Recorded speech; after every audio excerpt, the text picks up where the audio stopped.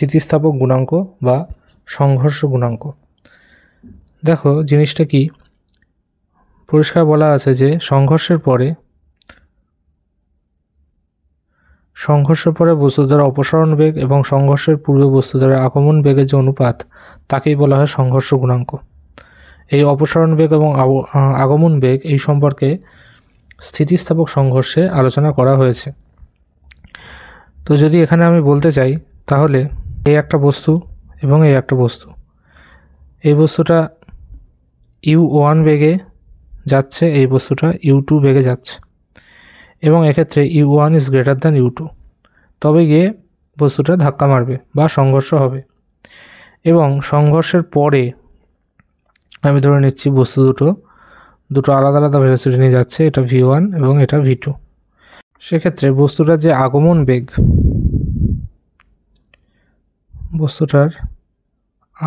বেগ, সেটাকে আমরা বলবো u1 মাইনাস u2, এবং যে অপসারণ বেগ সেটাকে আমরা বলি v2 মাইনাস v1।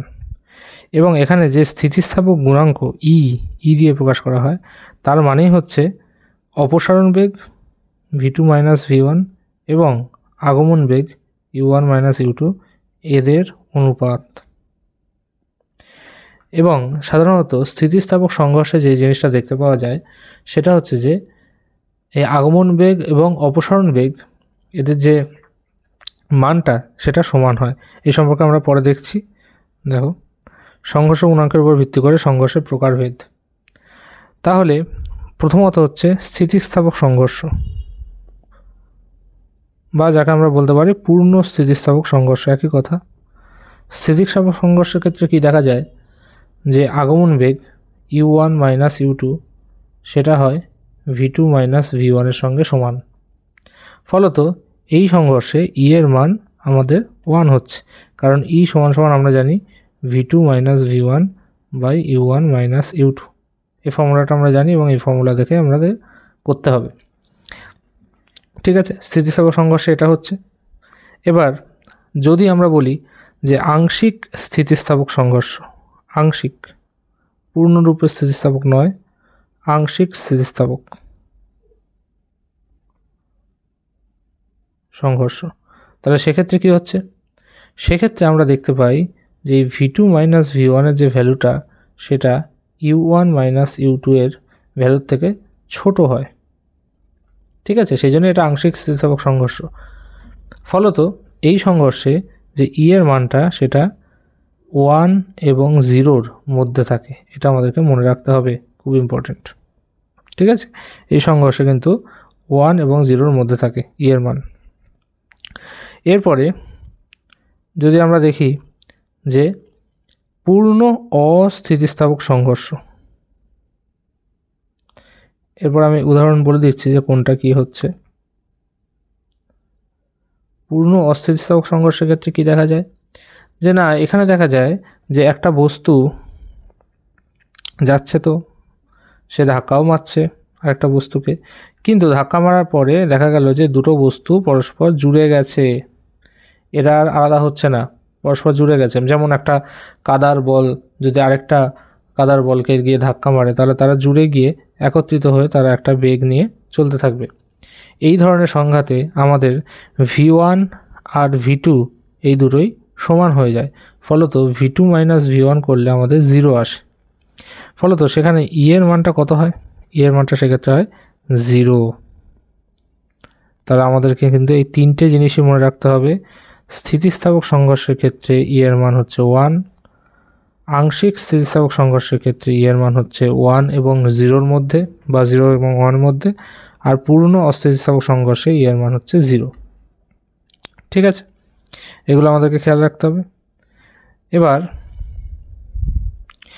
যদি বলি যে স্থিতিস্থাপক সংঘর্ষ, প্রথম কথা হচ্ছে পূর্ণ স্থিতিস্থাপক সংঘর্ষ বা স্থিতিস্থাপক সংঘর্ষ বলতে ডাজন্ট এক্সিস্ট, এটা এক্সিস্টই করে না। দুনিয়ায় এরকম কোনো সংঘর্ষ হয় না যেটা পূর্ণভাবে স্থিতিস্থাপক। ঠিক আছে, তাহলে বেশিরভাগ সংঘর্ষে আমরা আংশিক স্থিতিস্থাপক দেখি বা অস্থিতিস্থাপক সংঘর্ষ আমরা কিন্তু দেখতে পাই। ঠিক আছে, কিন্তু বেশিরভাগ জায়গাতেই আংশিক স্থিতিস্থাপক সংঘর্ষ হবে এবং যেখানে ই এর মানটা 1-এর থেকে ছোট হবে, মানে ই এর মান কোনো ভগ্নাংশে আসবে। বোঝা গেল? এবার এই যে ডিফারেন্স, এই ডিফারেন্স থেকে আমরা একটা জিনিস বলতে পারি। কি বলতে পারি? না, আমরা দেখেছি যে যদি স্থিতিস্থাপক সংঘর্ষ হয় বা পূর্ণ স্থিতিস্থাপক সংঘর্ষ হয় তাহলে এই V1টা কত হয় না M1 minus M2 by M1 plus M2। দুটো বস্তু, এটা M1 এটা M2, এ যাচ্ছে U1 বেগে, এ যাচ্ছে U2 বেগে, এবং সংঘর্ষের পরে এরা দুজনে আলাদা হয়ে যাচ্ছে, তখন এর ভেলোসিটি হচ্ছে V1 এবং এর ভেলোসিটি হচ্ছে V2। এটা 1D ক্ষেত্রে আমরা সংঘর্ষটাকে ধরে নিচ্ছি। তাহলে সেক্ষেত্রে দেখো V1 সমান সমান, মানে V1 মানে এটা সমান সমান কী হবে? M1 minus M2 by M1 plus M2 into U1 plus 2M2 by M1 plus M2 into U2। এই সম্পর্কটা আমাদেরকে মনে রাখতে হবে, ঠিক আছে? এবং V2 সমান সমান কত হবে না M2 minus M1 by M1 plus M2 into U1 না, এখানে U2 হবে, U2 plus 2M1 by M1 plus M2 into U1। এই সম্পর্কটা হবে। কিন্তু যদি আমরা আংশিক স্থিতিস্থাপক সংঘর্ষের ক্ষেত্রে দেখতে চাই তাহলে এই সম্পর্কটা চেঞ্জ হয়ে যায় এবং চেঞ্জ হয়ে গিয়ে V1 সমান সমান হয়ে যায়, মিল আছে আমাদের, শুধু এখানে E ইন্টু M2 হয়ে যায়, এটা আমাদেরকে মনে রাখতে হবে, by M1 plus M2 into U1, বাকি যেমন আছে তেমনই, প্লাস 2M2, এই যে M2 জায়গায় এখানে হয়ে যায় 1 plus E into M2 by M1 plus M2 into U2। Clear? মনে রাখাটা সুবিধা, আমাদের এরকমভাবে মনে রাখতে হবে। আর V2 সমান সমান তাহলে সেক্ষেত্রে কী হবে? M2 minus E into M1 by M1 plus M2 into U2 plus 1 plus E into M1 by M1 plus M2 into U2। এবারে দেখো খেয়াল করে, যদি এখানে আমি ই এর মান যদি আমি এই সমীকরণে যদি আমি ই এর মানকে 1 বসিয়ে দিই তাহলে আমরা কিন্তু এখান থেকে ডিরেক্ট এই সমীকরণে ফেরত যেতে পারছি, তাই না? এটা 2 হয়ে যাচ্ছে, তখন 1 প্লাস 1 ইজ ইকুয়াল টু 2, এটাও 2 হয়ে যাচ্ছে, তখন 1 প্লাস 1 ইজ ইকুয়াল টু 2, আর বাকি এখানে M1 মাইনাস M2 পড়ে থাকছে আর M2 মাইনাস M1 পড়ে থাকছে, যেমনটা এখানে রয়েছে। তো এই জিনিসগুলো আমরা দেখতে পাচ্ছি। তার মানে এটা হচ্ছে একটা মোর জেনারেলাইজড একটা সমীকরণ। নেক্সট যদি আমরা দেখি পূর্ণ অস্থিতিস্থাপকের জন্য কি হচ্ছে, না সেখানে তো বাবা ই সমান সমান 0ই হয়ে যাচ্ছে। তাহলে ই সমান সমান যদি 0 হয়ে যায় তাহলে সেখানে, বা আমরা বলতে পারি যে V1 আর V2 সেখানে সমান হয়ে যাচ্ছে, তাহলে V1 আর V2 সমান হয়ে যাচ্ছে। তাহলে এখানে আমাদের মনে রাখতে হবে যে V1 হোক কিংবা V2 হোক, তাদের আলাদা কোনো সমীকরণ নেই, এবং তাদের সমীকরণটা হচ্ছে M1 U1 plus M2 U2 by M1 plus M2, এটাই হবে সেক্ষেত্রে, ঠিক আছে? ই এর মান এখানে হচ্ছে তোমার ই এর মান হচ্ছে 0, ই এর মান 0 তুমি যদি এখানে বসিয়ে দাও তাহলে এখান থেকে কি আসছে, যদি এই সমীকরণে আমি ই এর মান 0 বসিয়ে দিই তাহলে এখান থেকে কি আসছে M1 by M1 plus M2 into U1 plus M2 by M1 plus M2 into U2। তাহলে সেটাকে যদি আমি লসাগু করি তাহলে M1 প্লাস M2 পড়ে থাকছে, আর এখানে হচ্ছে M1 U1 plus M2 U2, আর সেটাই আমি এখানে লিখেছি। তাহলে এই হচ্ছে 3টে সমীকরণ আমাদেরকে খেয়াল রাখতে হবে। আমরা যদি এই সমীকরণ মনে রাখতে পারি, যদি আমরা এই সমীকরণটা মনে রাখতে পারি তাহলে কিন্তু আমাদের এখান থেকে সবকটা করাই সুবিধাজনক হয়ে যাবে। তাহলে একটা মনে রাখাই আমাদের পক্ষে যথেষ্ট, ঠিক আছে? নেক্সট, এবার আমরা যেটা পড়বো সেটা হচ্ছে স্থির অনুভূমিক তলের সঙ্গে পতনশীল বস্তুর সংঘর্ষ। একটা যদি স্থির অনুভূমিক তল থাকে এবং তার উপরে যদি একটা বস্তু পতনশীল হয়, ধরো একটা বস্তু এই H উচ্চতা থেকে সেখানে পতনশীল হবে, আমি উচ্চতাটা এইচ ধরে নিচ্ছি, তাহলে পতনশীল হওয়ার পরে বস্তুটা নিশ্চয়ই আবার কিছুটা উপরের দিকে উঠবে, এটা তো সত্য, বস্তুটা কিছুটা উপরের দিকে উঠবে। যদি পূর্ণ স্থিতিস্থাপক হতো তাহলে কিন্তু বস্তুটা যে পজিশন থেকে পড়ছে, বস্তুটা কিন্তু আবার সেই পজিশনে উঠতো, সেটা আমরা দেখবো ইকুয়েশনের ফর্মেও আমরা দেখবো। কিন্তু এখানে যেহেতু পূর্ণভাবে স্থিতিস্থাপক নয় সেহেতু এটুকু পড়ছে আবার উঠছে, মানে এটা একই লাইনে হবে কিন্তু ড্রপ খেতে থাকবে বারবার করে। তাহলে ফার্স্টে এখান থেকে পড়লে এতটা উঠলো, আবার একটু নামলো, আবার একটু উঠলো, আবার একটু নামলো, আবার একটু উঠলো, এরকমভাবে চলতে থাকবে জিনিসটা। তাহলে এখানে আমাদেরকে দেখতে হবে যে এই এইচ এর সঙ্গে এই পরের বার যতটা হাইট উঠবে সেই এইচটার কী সম্পর্ক আছে। তাহলে দেখো, আমি যদি ধরে নিই যে বস্তুটা যখন ভূমি স্পর্শ করছে তখন বস্তুটার বেগ আমি ধরে নিচ্ছি লেটস সে ভি, বস্তুটার বেগ ভি ধরে নিচ্ছি, এবং বস্তুটা যখন ভূমি থেকে উঠছে, যখন জাস্ট উঠছে সেই মুহূর্তে বস্তুটার বেগ আমি ধরে নিচ্ছি ভি ড্যাশ। ঠিক আছে, তাহলে দেখো এটা স্থির অবস্থা থেকে পড়ছে এবং এইচ হাইট পড়ছে। তাহলে আমরা বলতে পারি যে ভি স্কোয়ার সমান সমান ইউ স্কোয়ার প্লাস 2gh। তার মানে এখান থেকে আমরা পেলাম ভি স্কোয়ার মানে হচ্ছে 2gh, বা ভি সমান সমান আমরা পাচ্ছি √2gh। ঠিক আছে, যথারীতি নেক্সট কেসে যখন এখান থেকে আবার উঠছে এইচ পর্যন্ত, তখন আমরা বলতে পারছি যে এইখানে তার অন্তিম বেগটা কত, ভি সমান সমান 0 যদি আমি অন্তিম বেগ হিসেবে ধরি, তাহলে 0 স্কোয়ার ইজ ইকুয়াল টু, এটা কিন্তু নামার সময়, এটা হচ্ছে নামার সময়, আর এটা হচ্ছে ওঠার সময়, মানে ঠিক অব্যবহিত পরে যেটা উঠছে সেটা ওঠার সময়। তাহলে 0 স্কোয়ার সমান সমান আমরা বলতে পারি ভি ড্যাশের স্কোয়ার প্লাস, এখানে তো প্লাস হবে না, এখানে মাইনাস হবে, তাহলে মাইনাস 2g স্মল এইচ। তার মানে এখান থেকে আমি পাচ্ছি ভি ড্যাশের স্কোয়ার সমান সমান 2g স্মল এইচ, বা ভি ড্যাশ সমান সমান আমরা পাচ্ছি √2g স্মল এইচ। ঠিক আছে, তাহলে আমরা যদি এখানে ই সমান সমান লিখতে চাই, তাহলে ই সমান সমান আমাদের কাছে কি ছিল, অপসারণ বেগ বাই আগমন বেগ। এবার দেখো এখানে কিন্তু দুটো বস্তু নেই, এখানে একটাই বস্তু, কারণ আর একটা যার সঙ্গে সংঘর্ষ হচ্ছে সেটা তো একটা অনুভূমিক তল বা স্থির তল, তার তো আলাদা কোনো বেগ নেই। সুতরাং এখানে অপসারণ বেগ মানেই হচ্ছে ভি ড্যাশ, আর আগমন বেগ মানেই হচ্ছে ভি। ঠিক আছে, তাহলে অপসারণ বেগ আমি এখানে লিখে দিচ্ছি 2gh by √2g capital H. তাহলে এখান থেকে আমরা পেলাম ই সমান সমান, আমরা যে ফর্মুলাটা পাচ্ছি সেটা হচ্ছে √h বাই ক্যাপিটাল এইচ, বা এখান থেকে আমরা পাচ্ছি এইচ সমান সমান ই স্কোয়ার ইন্টু ক্যাপিটাল এইচ। এটা কিন্তু মোস্ট ইম্পর্ট্যান্ট ফর্মুলা, আমাদেরকে এই ফর্মুলাটা অবশ্যই মনে রাখতে হবে, ভেরি ভেরি ইম্পর্ট্যান্ট ফর্মুলা।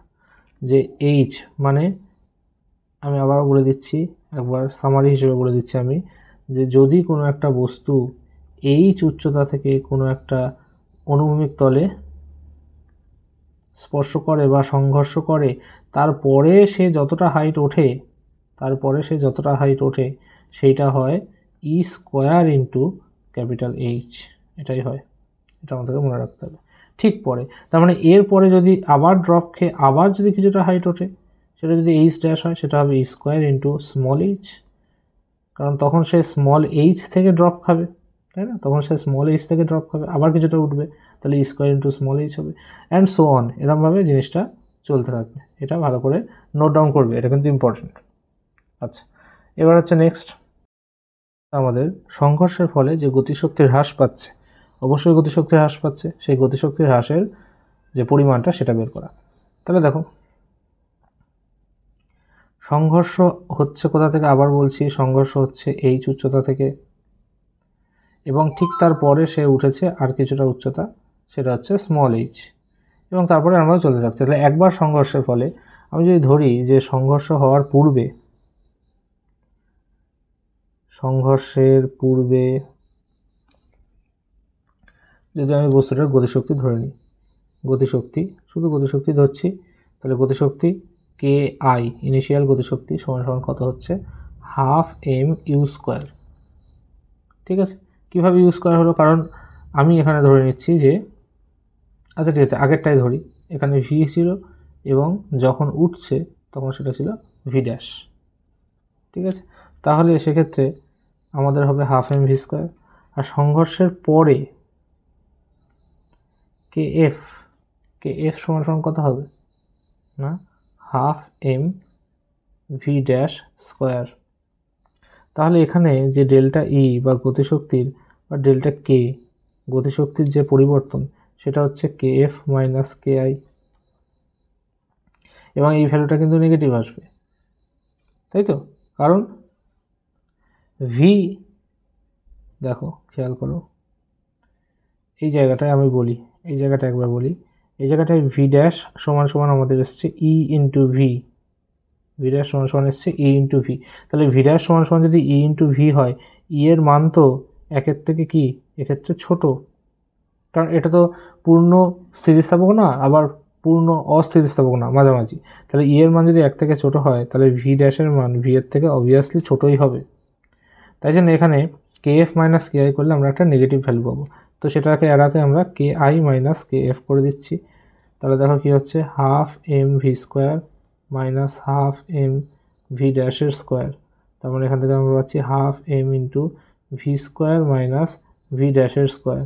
তার মানে এখান থেকে আমরা পাচ্ছি হাফ ইন্টু এম ইন্টু, দেখো এখানে আমরা অলরেডি পেয়ে গেছি, এখানে আমরা অলরেডি ভি ড্যাশ এবং ভি এর মধ্যে সম্পর্ক পেয়ে গেছি, ভি ড্যাশ সমান সমান হচ্ছে ই ইন্টু ভি।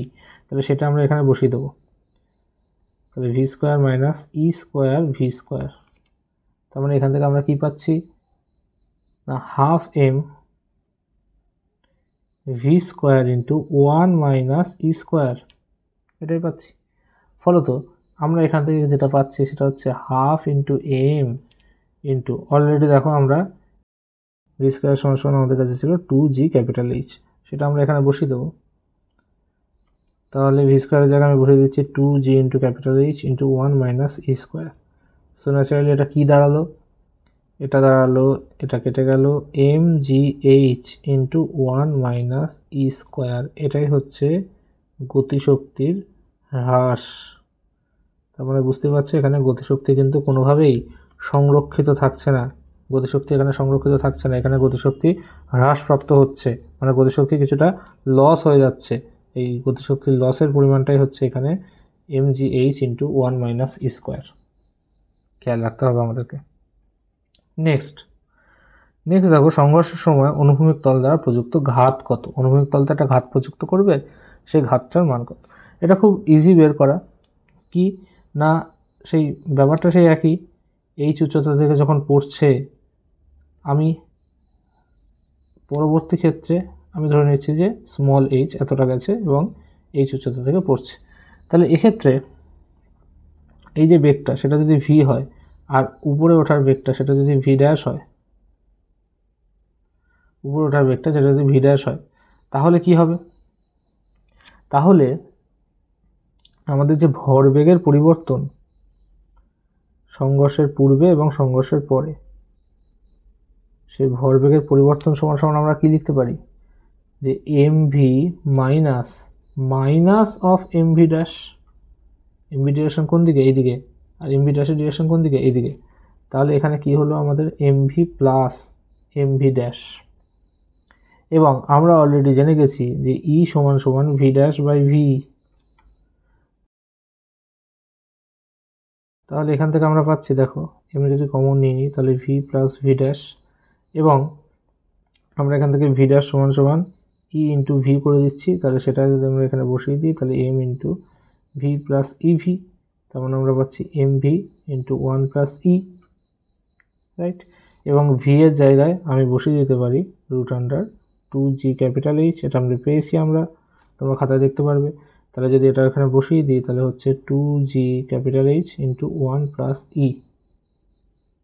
তাহলে এই যে ভ্যালুটা আমাদের বেরোলো লাস্ট অফ অল, এই ভ্যালুটাই হচ্ছে ভরবেগের পরিবর্তন। আর ভরবেগের পরিবর্তন মানে আমরা কি জানি, বলের ঘাত। বলের ঘাত মানে হচ্ছে বস্তুর ভরবেগের পরিবর্তন। তাহলে প্রযুক্ত ঘাত বা প্রযুক্ত আমরা বলতে পারি যে বলের ঘাত সেটা কত হবে, m into root under 2gh capital H into 1 plus E. থামার পূর্বে বস্তুটা মোট কতটা দূরত্ব অতিক্রম করছে। খুব ইন্টারেস্টিং জিনিস। h উচ্চতা থেকে তো বস্তুটা নামছিল,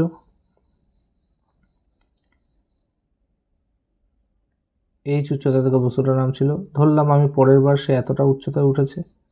এগুলো কিন্তু সবই পাশাপাশি হচ্ছে, মানে সরি, এগুলো সবই হচ্ছে এই একই লাইনে হচ্ছে, কিন্তু আমি পাশে দেখাচ্ছি। এবং নেক্সট তার উচ্চতা আরও কিছুটা কমেছে, নেক্সট আরও কিছুটা কমবে, নেক্সট আরও কিছুটা কমবে, নেক্সট আরও কিছুটা কমবে, এরকমভাবে আস্তে আস্তে সে মাটিতে মিশবে। তাহলে আমি ধরছি যে এই উচ্চতাটা হচ্ছে স্মল এইচ, এখান থেকে যে উচ্চতাটা সেটা আমি এইচ ড্যাশ ধরছি, এখান থেকে যে উচ্চতাটা সেটাকে আমি এইচ ডবল ড্যাশ ধরছি। তো এরকমভাবে এটা গোয়ান চলতে থাকবে। এবারে মজার ব্যাপার হলো যে আমরা একটা জিনিস জেনে ফেলেছি যে এইচটা হয় ই স্কোয়ার ইন্টু ক্যাপিটাল এইচ। তাহলে যখন ফার্স্ট টাইম এইচ উঠছে তাহলে সেটা হচ্ছে এটা।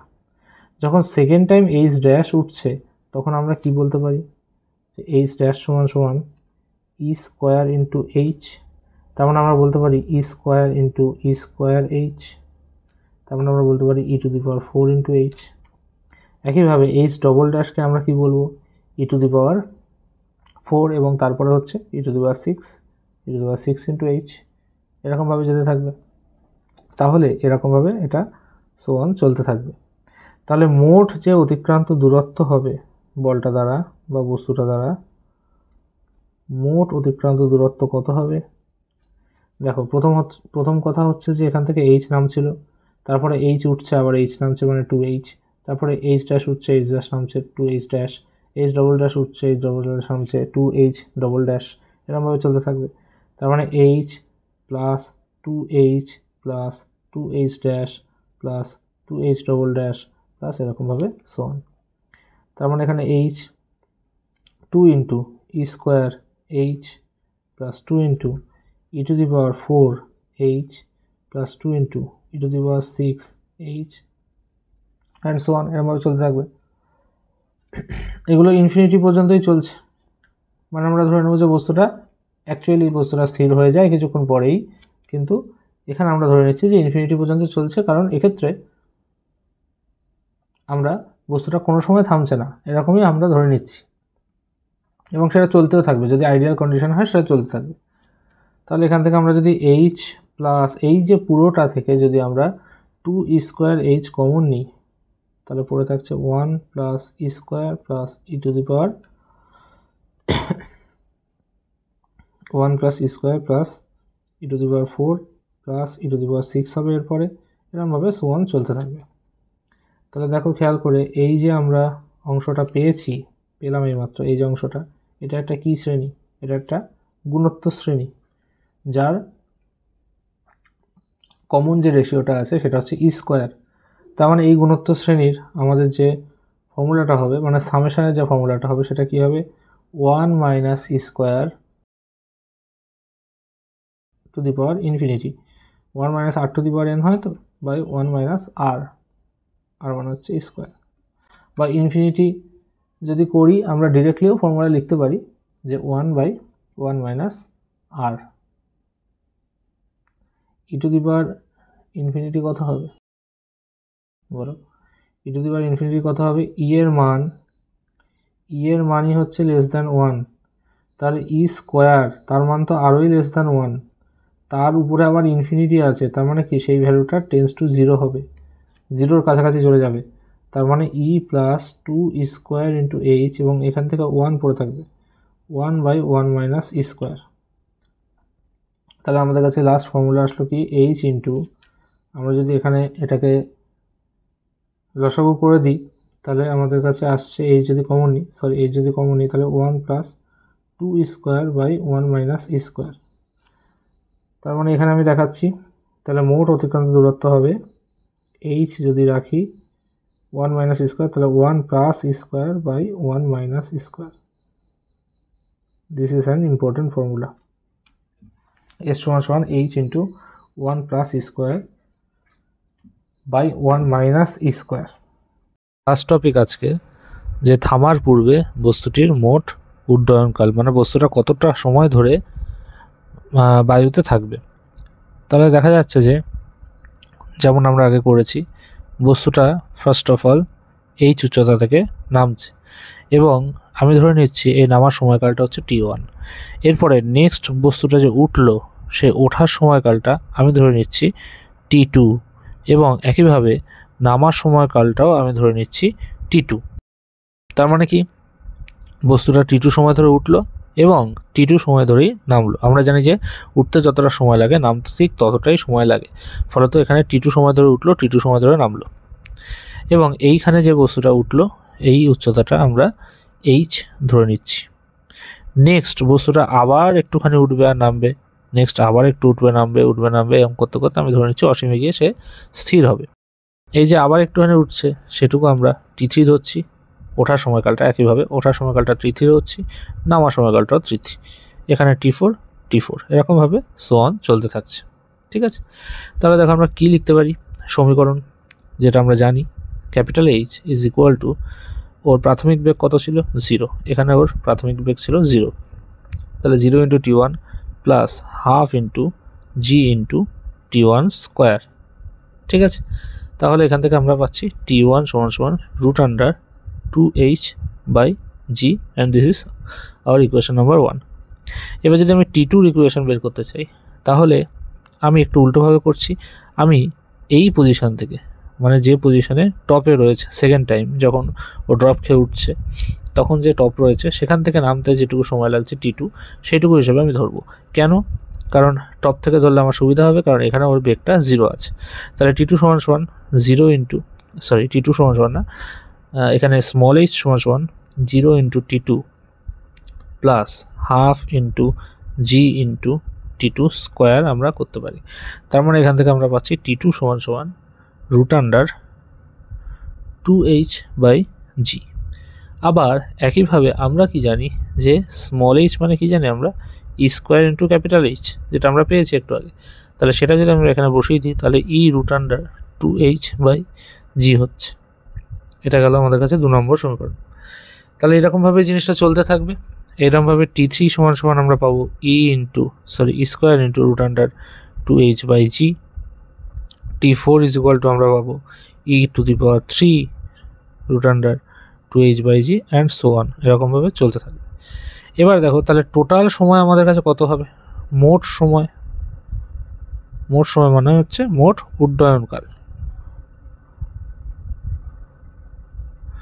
কত হবে, ক্যাপিটাল টি মানে কত হচ্ছে, দেখো নামতে সময় লেগেছে, ফার্স্ট টাইম নামতে কতটা সময় লেগেছে T1, সেকেন্ড টাইম উঠছে T2 নামছে T2 মানে 2 ইন্টু T2, থার্ড টাইম উঠছে T3 নামছে T3 তাহলে 2 ইন্টু T3, মানে এখানে প্রত্যেকটা টাইম ডাবল করে কাউন্ট হচ্ছে, তাহলে সেটাই আমাকে এখানে বসাতে হবে।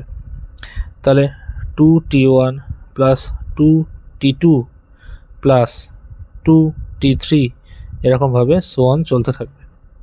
তাহলে এখানে যদি আমি ভ্যালু বসিয়ে দিই তাহলে হচ্ছে কি root under 2H by G plus 2E root under 2H by G plus 2E square root under 2H by G plus 2E cube root under 2H by G plus এরকমভাবে আমাদের চলতে থাকবে। তাহলে এখান থেকে যদি আমি 2H বাই G আলাদা করলাম এবং এখান থেকে আমি 2E into root under 2H by Gকে কমন নিলে এখানে আমাদের পড়ে থাকছে 1 plus E plus E square plus E cube plus dot চলতে থাকছে। তাহলে দেখো এখানে আমাদের সেই পরিচিত একটা গুণোত্তর শ্রেণী পাওয়া গেল, যার কমন রেশিও হচ্ছে E। তাহলে অসীম শ্রেণী গুণোত্তর শ্রেণী আমরা জানি A বাই 1 মাইনাস R, তাহলে এখানে A হচ্ছে 1 বাই এখানে হচ্ছে 1 মাইনাস R মানে 1 মাইনাস E, এটা থাকছে। তাহলে এইটুকু হলো। এবারে আমরা এখান থেকে পরিষ্কার দেখতে পাচ্ছি যে root under 2H by G যদি আমি এখান থেকে কমন নিয়ে নিই তাহলে হবে 1 plus 2E by 1 minus E, সুতরাং 2H বাই G ইন্টু এটাকে লসাগু করে দিলে হবে 1 plus E by 1 minus E, এবং এটাই হচ্ছে আমাদের টোটাল উড্ডয়নকাল root under 2H by G into 1 plus E by 1 minus E, এই ফর্মুলাটা আমাদেরকে খেয়াল রাখতে হবে। Very very important formula. ঠিক আছে, এ অবধি থাকলো আজকে।